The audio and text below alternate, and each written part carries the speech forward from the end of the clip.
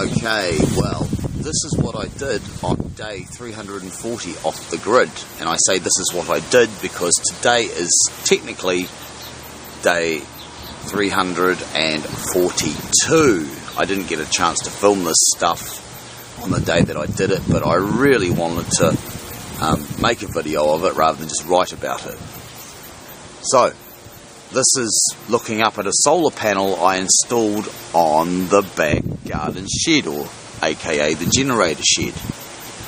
I put this little wooden mast up, which I've already talked about a wee while back, but on day 340 I finally got round to mounting the solar panel. It's a 10 watt PowerTech panel I bought from Electric Blue in Masterton, which is a cool electronics shop I always stop at every time we go to Castle Point, you know, so it's kind of got that Castle Point vibe going on with it. And I just found some metal strapping, you know, this is what was lying around, and there we go, chucked it up. I hope this audio is coming out, there's a lot of wind today. Now the junction points on these panels are actually not that waterproof, and it seems that they have gone ahead and improved that situation by totally filling it up with some kind of potting compound, some kind of silicone potting compound, which means you can't remove the original short lead out wire and put a longer one on. Hence this junction up here, you can see I've used an old salt container, which was also associated with Castle Point because we bought it at the Castle Point store once while we were there, and there's a terminal block inside there, and it's just using the principle that although the container's open, water does not flow uphill, so that terminal in there will remain dry. It's just connected to a bit of old 2-core TPS 1mm cable, and that of course takes us down into the shed. Right, and this is the, well, I'll turn on the light in a minute because that's also what I installed, but what have we got here? See that LED flashing like a little beacon? That is a genuine PWM5 made by Julian Eilert of 256.com. I was lucky enough to get one during one of the final runs that he'd done of the unit because he doesn't make them anymore, and I've had it for quite some time.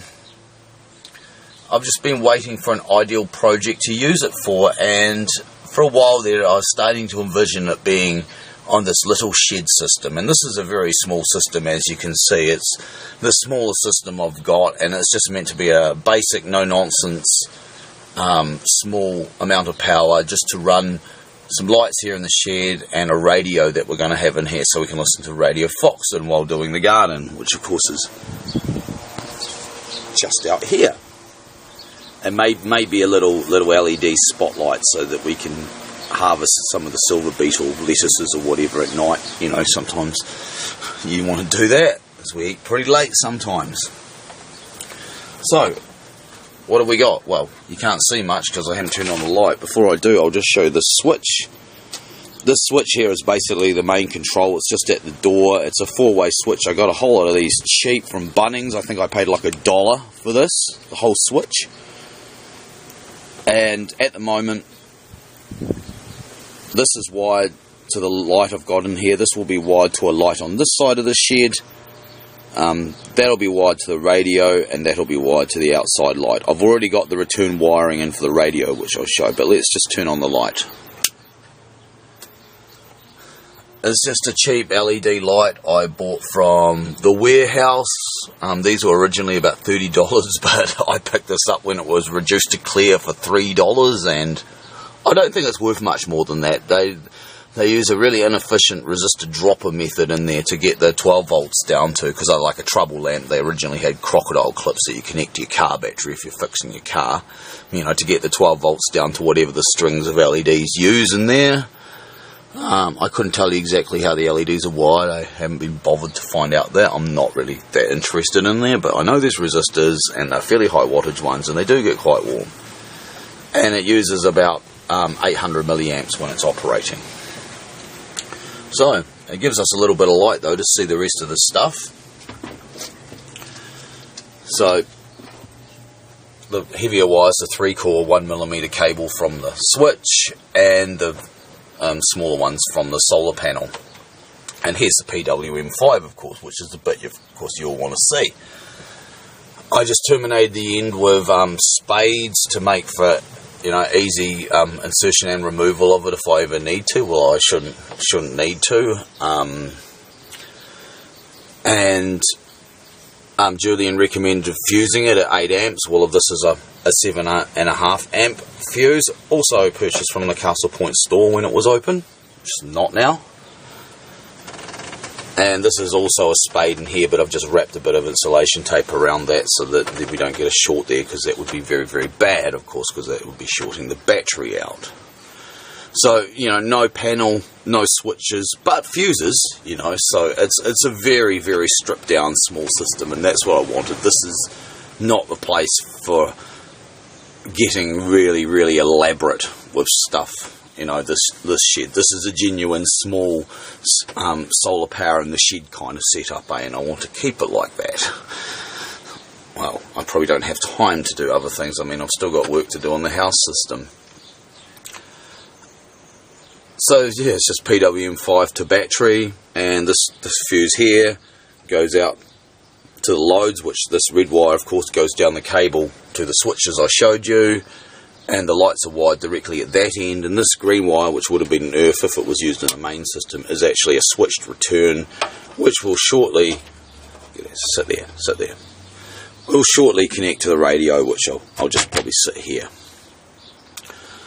I may add a small little inverter to the setup. I've got these things called power buddies, and they're quite cool because I've got a built-in 200 watt inverter and a couple of cigarette lighter sockets and a USB socket. But really the scope of the size of the panel here and the size of the battery, we don't really have enough power here to start plugging things into inverters, but I may upgrade the size of the battery and I may upgrade the panel, we'll see, but that'll be the only changes. I mean, the PWM5 is good for up to 100 watts a panel, and I'll never have 100 watts out here, but it'll cope with anything I'd ever want to put on here. But for now, we've just got this. This is a second-hand car battery I got for $10 from the garage. It's not in the most primo condition, even for the second-hand ones I get, but it seems to be good enough for in here. As you can see, the voltage is actually dropping. What is it actually saying now? 12.1. 12.1. So for this light being on, it's dropped from about whatever it was to 12.1. So it's not particularly great battery, but it'll do for now, and I could easily change it up, upgrade it, which of course is what I'll do at some point. It wasn't the initial battery I put in here. I was actually going to use a gel cell battery that I had, a 50 amp hour gel cell battery that I retired from the main 24 volt system because it was looking to be underperforming. And boy, was it underperforming, actually. That's why I had to swap it out for this X-side, because I first hooked it up and I was using the light. I actually had the lights installed before I even put any of the solar stuff in when I started on day 340. First thing I put in was the lights and the switch wiring, and then I chucked the battery in. And when I first hooked the battery up to the PWM5, instead of doing the nice little voltage flash here, it just did this solid sort of, well, not solid, but a flash, just a on, off, on, off, on, off, on, off. And initially I had a little bit of a freak out, thinking, what the fuck?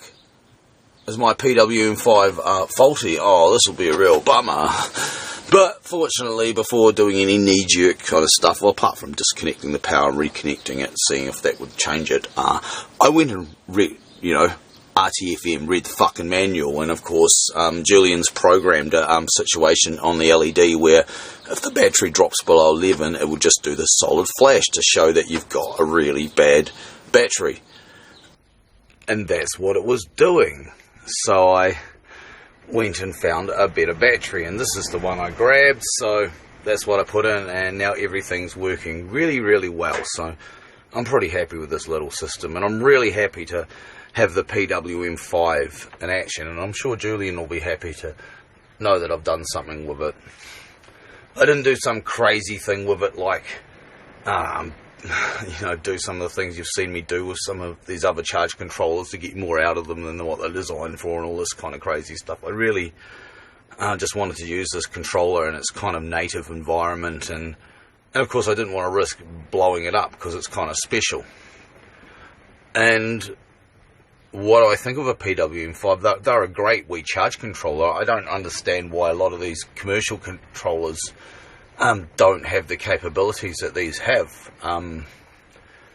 It's proper PWM. It has, like an absorption stage for the charging and then a float mode. A lot of these commercial controllers seem to have a very difficult time in implementing that.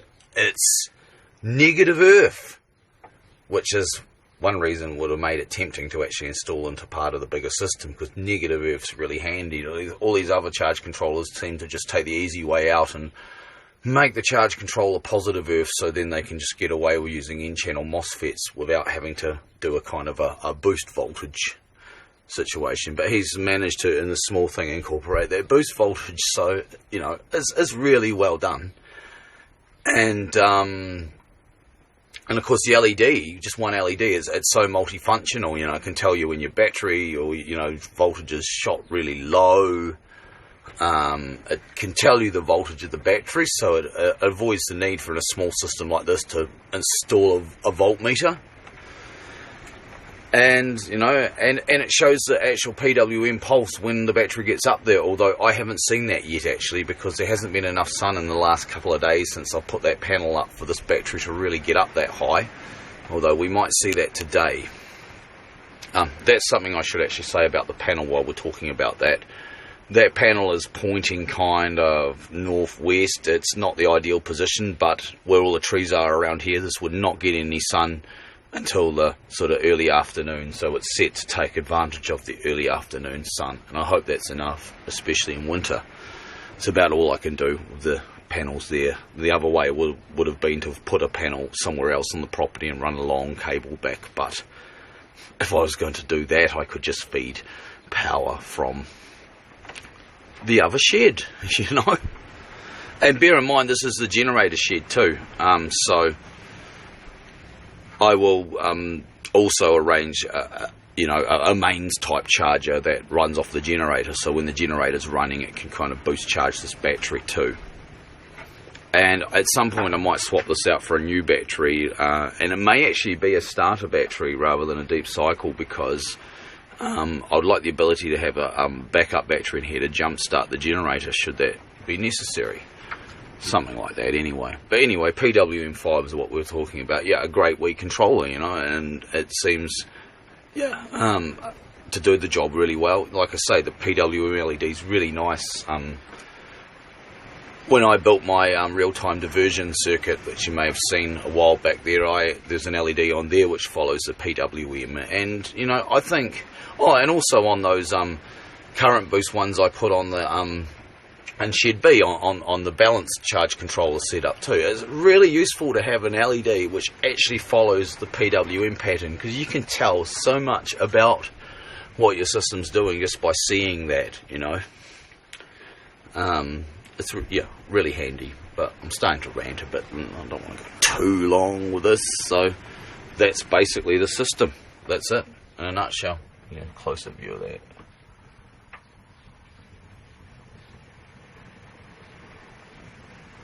One last thing I'll say, what started this whole thing off was I was looking for a way to have stuff mounted in this shed, and I got given this old Drinkmaid. It was like a thing that you'd have in an office, and these brackets held these tubes of coffee and sugar and tea and all this crap, and there was a boiler mounted on here, and I've taken the boiler off, and I may play around with that over the summer for a little bit of solar heated water, but that's another project. But I sort of envisioned using the original, this nice stainless steel here, just in the shed here as a shelf, and so I put that in first, and that's what led to this whole system being put up on day 340. And I know I said in the other video, when I was doing the timer on the Morningstar, I said this will be the last major solar project I'm going to do before the summer solstice. Well, I guess in a way this has kind of made a liar out of me, because, I mean, although this is only a small system, you know, it's probably a 30 amp hour battery and a 10 watt panel. In fact, it says on here what it is. 35 amp hour, but it won't be achieving that. It's probably more like 20, if that. I don't know. It's second hand, you know. So, this, although it's a small system, I did spend an entire day putting in this entire system, and I did it all in one day. So, you know, was that another major solar project? Well, in a way it wasn't, because it's only a small system, but in a way it was, because it was quite a lot of, you know, mounting a solar panel, figuring out where to put a battery, putting a charge control, blah, blah, blah, blah, blah. You know. And I think we'll cut it right here. But anyway, I think that's a pretty good exposure of the PWM5. Although these are designed to be waterproof, and this shed is not 100% watertight. I mean, I've got my plastic up on the roof, I've got the green roof up, and it's pretty good. Actually, I can't see any leaks in here after last night's quite strong downpour. That's another advantage of the controller. It's designed to be installed in wet conditions, but I would not I would not actually leave it out in the rain unsheltered. I don't think that would be entirely good for it, as, you know, Julian had one recently that he'd been leaving outside, but I think that was pretty extreme, and eventually some water had ingressed in there, but I think it's a lot more waterproof than any of those other small charge controllers, and it'll do just beautifully in here. So Julian Eilert, PWM5, definitely thumbs up. Great wee charge controller, great wee charge controller. I may have a play around with making the Arduino version at some point. When I get into Arduino, you know, when I get into Arduino, we'll see. We'll see, won't we? Yeah, I had a guy, I forget his name, commented, you know, on my last post about the time about, oh, good to see you get into Arduino, Zan. Well, yeah, maybe we'll see what happens. We'll see what happens. Yeah. Well, anyway, that's day 340 off the